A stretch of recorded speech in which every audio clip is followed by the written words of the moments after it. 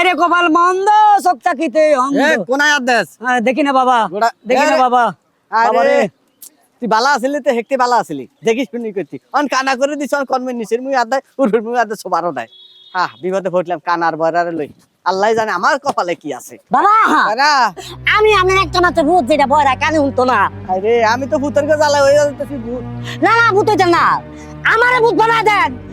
কি হয়েছে তোর আবার কি হয়েছে এই যে কান দুইটা পরিষ্কার করে দেন সবকিছু শোনার জন্য। দিছি তো ভালো লাগা এখন যে কান আমার পরিষ্কার করে দেন এই কানে নিজের কানে শুনছি যে আমার বউ একটা 80 বছরের বুড়া লাগে।